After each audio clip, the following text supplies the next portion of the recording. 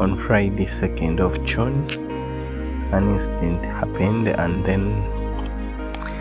in the state of Odisha, as authorities are investigating one of the deadliest train crashes in India's history, we're examining whether a signal failure led to the disaster as resource workers finished their search for survivors and overturned train cars that were cleared from the tracks on Sunday.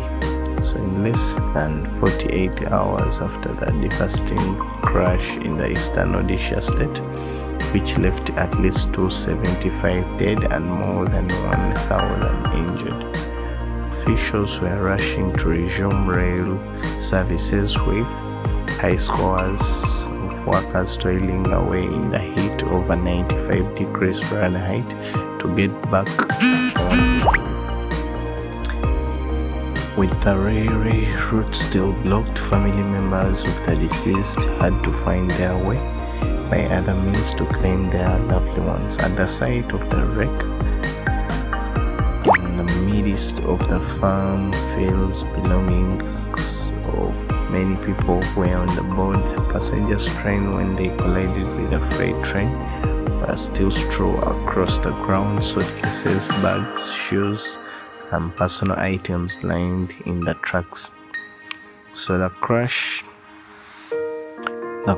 trail cartridges were rolled into ditches, some laying on the other side.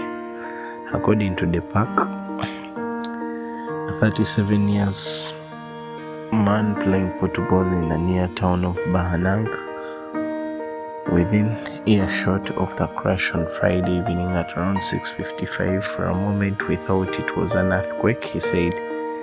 Behera and other local residents rushed to the crash site to find hundreds of passengers packed into the overturned carriages in total darkness. Despite trying to find a way out, they used the flashlights on their mobile phones and began searching for survivors. We found a lot screaming and crying sounds, and the carriages were so badly turned and crashed that nobody was capable of getting out. Hera said that he pulled out 28 people alive from the carriages, as well as countless who had died. Many of the bodies were still unidentified on Sunday, and in a sign of the chaos at the site, the death toll was revised down from at least 288 after the officials said that some bodies at the scene had been counted twice. A survivor of the disaster, Ashman, described the scene of horror: train carriages stuck on the top of each other 2 or 3 stories high, passengers crushed by the wreckage. As blood was everywhere.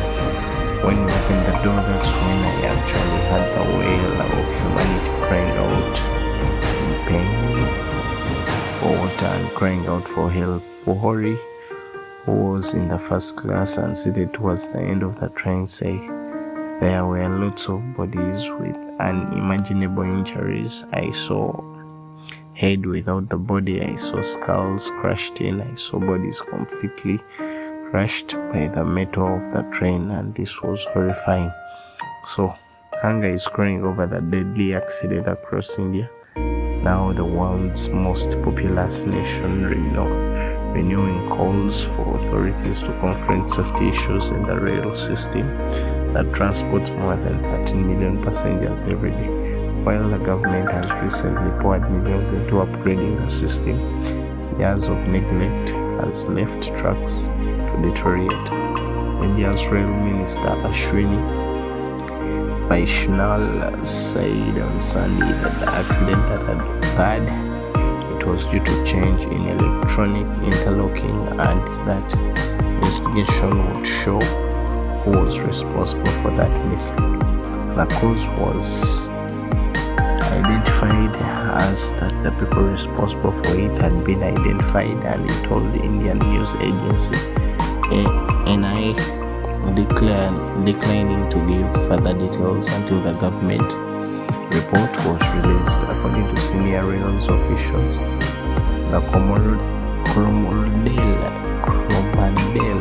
Express, a high-speeding train that was traveling from Kolkata to Chennai, was diverted into a loop lane and slammed into a heavy goods train idled at Bahananga Bazaar rail station. Its carriages derailed onto the opposite track where they were hit by another oncoming high-speed train.